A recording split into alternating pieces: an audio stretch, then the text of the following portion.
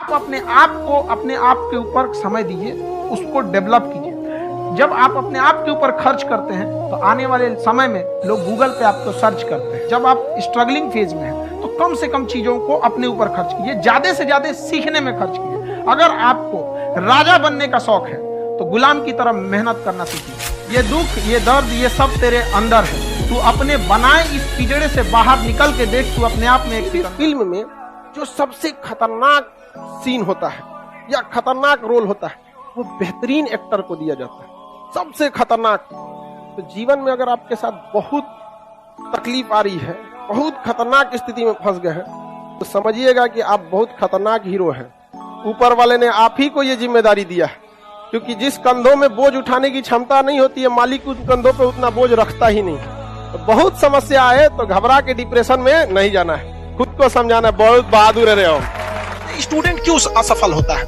वो ये सोच के आता है कि हम पास हो जाएंगे। अरे तुम ये सोचो मत कि हमें पास होना है, तुम ये सोचो हमें फेल नहीं होना है। हम किस सेक्टर में फेल होंगे हमको उससे निकालना है। जीएस में, फिजिक्स में, केमिस्ट्री में कहां तुम फेल हो रहे? तो हमेशा इंसान को अपने सबसे खराब दिन को सोचकर प्लानिंग करनी चाहिए। लेकिन लोग या तो सबसे अच्छे दिन सोच के कर लेते हैं या तो एवरेज नहीं, इतना तो हो ही जाएगा। भाई इतना ही हो ही जाएगा तो फिर फेल कौन होगा? सब लोग सफल ही हो जाएंगे। तो फिर सफलता का महत्व क्या रह जाएगा? जान से अगर हमसे कोई पूछेगा तो हमने केवल 8 महीने में पढ़ाई किया, लेकिन उस 8 महीने में कौन सा दिन था, कौन सा तारीख था, शायद हमको ये भी याद नहीं।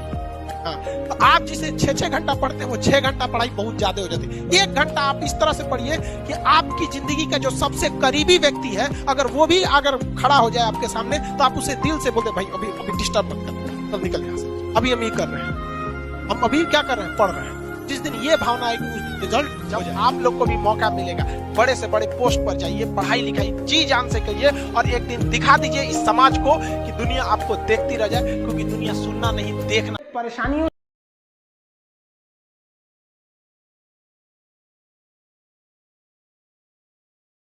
जीवन में संस्कार का भी बहुत बड़ा मोल होता है।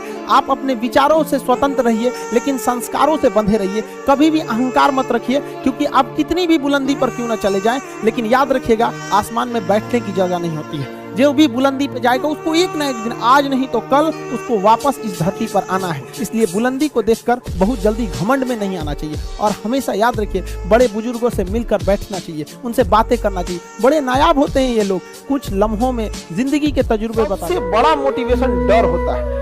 बंदूक पे अगर कनपट्टी पे बंदूक रख दिया जाए ना, जो कभी नहीं दौड़ा वो 10 किलोमीटर दौड़ जाएगा। सबसे बड़ा मोटिवेशन होता है। गधा से गधा लड़का एग्जाम का टाइम टेबल निकलने के बाद पढ़ने लगता है। क्या चीज है? डर है। समझ आ गया कि नहीं? शिक्षा कभी खराब नहीं जाएगी, कभी भी फालतू नहीं जाएगी शिक्षा। आप किसी पढ़े लिखे इंसान को मजदूरी कराइए, 10 साल बाद मिलेगा वो बिल्डर बन के मिलेगा। वो आज मजदूरी। और अशिक्षा क्या चीज है कि एक लेबर जो होता है वो 10 साल से ईंटा उठा के मिस्त्री को दे रहा है, 10 साल बाद वो पूछता है मिस्त्री से कै बैग क्या मसाला बना दे। अरे यार आप पढ़े लिखे रहते, आपको 6 महीना मजदूरी किया जाएगा, मिस्त्री को बोलने से पहले अच्छा ई दीवार का है इतना मसाला में हो जाना चाहिए, धड़ाधड़ बना के रख देंगे कि नहीं? आप लेबर पे जाएंगे, लेबर रहेंगे नहीं, फटाक से क्या बनेंगे? मिस्त्री। इस दुनिया का बहुत खराब दस्तूर है। आपकी मेहनत की कदर लोग तभी करेंगे जब आप सक्सेस होंगे। लाख मेहनत करिए, थोड़े से असफल हो जाएंगे ना, लोग आपको जानवर समझ जाएंगे। जो मतलब बस इसलिए थोड़ा सा भी कहीं से भी कोई कमी नहीं रहने देना, पूरा मेहनत जबरदस्त कीजिए। आपको उस काम में कोई नहीं हरा सकता है जिसको आप सबसे ज्यादा समय देते हैं। सफलता केवल समय मांगती है, जिसे आप लोग फोन पे दे देते हैं।